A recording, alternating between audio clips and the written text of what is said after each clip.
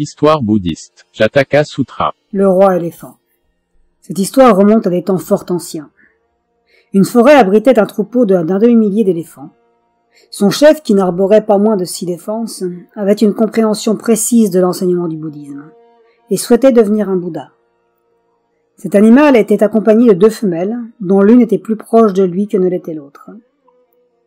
Un certain jour, l'éléphant trouva une fleur de lotus, et l'offrit à la femelle la plus importante pour lui, ce qui renda l'autre jalouse et lui fit former le vœu de tuer un jour sa rivale.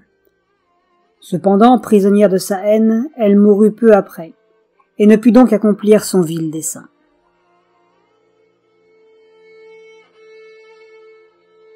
Elle se réincarna alors très vite dans le corps d'une jeune fille. Celle-ci était d'un esprit très vif et savait lire dans les astres, à tel point même qu'elle y savait prédire l'avenir. Le roi, ayant eu connaissance de cette femme extraordinaire, la rencontra et en fit son épouse. Elle l'aida à gouverner son pays et le fit avec tant d'intelligence qu'elle était adorée du peuple. Un jour, elle eut un rêve et le partagea avec le roi. « Cher époux, j'ai rêvé cette nuit d'un éléphant armé de 6 défenses, et j'ai besoin de les avoir toutes. Je mourrai sans doute de ne les pas posséder rapidement. Mais enfin, ma femme, ne savez-vous pas qu'aucun éléphant ne possède 6 défenses ?» fit le roi étonné. « Non, non, objecta la femme, je vous assure que mon rêve n'était point un mensonge. Nous devons nous rendre dans la forêt et retrouver cet animal extraordinaire. » Après que la reine eut vainement tenté de convaincre le roi de mener à bien sa folle ambition, elle entreprit un jeûne qui suffit à le persuader de changer d'avis. Il organisa donc un voyage pour trouver l'animal aux 6 défenses. L'on apprit alors qu'il existait bien un tel éléphant, mais qu'il vivait très loin. Il était nécessaire par ailleurs de prendre certaines précautions. En particulier, il fallait que le chasseur, chargé d'abattre le pachyderme, se couvrît avec les vêtements d'un moine afin de pouvoir approcher le pieux mammifère. Puis, lorsqu'il en serait suffisamment approché, il pourrait l'abattre et en prélever l'ivoire. Le chasseur suivit donc les consignes qui lui avaient été communiquées et put trouver l'éléphant. Il s'en approcha et, lorsque l'animal baissa sa garde, se saisit de son arc et en perça le cuir avec de puissantes flèches. L'éléphant, d'abord violemment étourdi, s'étonna de ce qu'on voulait le tuer, puis parvint à communiquer par la pensée avec le chasseur, qui reçut clairement le message que l'animal venait de lui envoyer.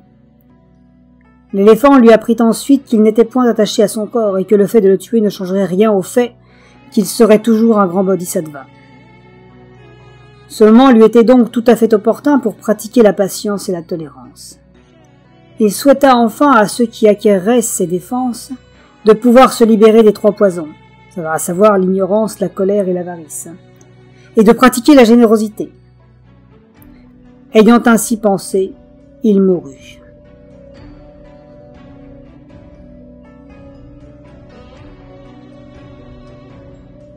Le chasseur fut saisi de compassion en entendant ce message.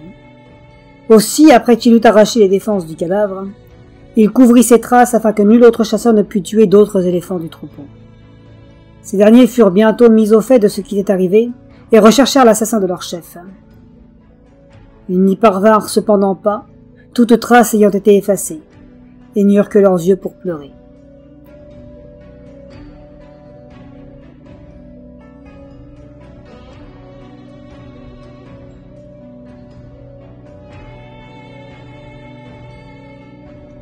Lorsque le chasseur revint avec l'ivoire et le présenta au roi, celui-ci en éprouva une vive honte.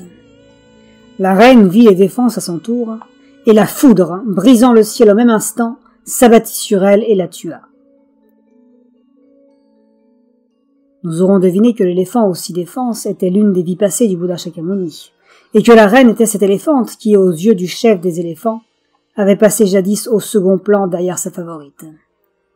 Ce récit nous enseigne que, à l'instar de l'éléphant, un bodhisattva doit pratiquer la générosité vie après vie, même lorsqu'il doit se mettre en danger, et ne doit former d'autres désirs que de voir tout un chacun atteindre la bouddhéité. Association du Vrai Cœur, France. www.vrecœur.org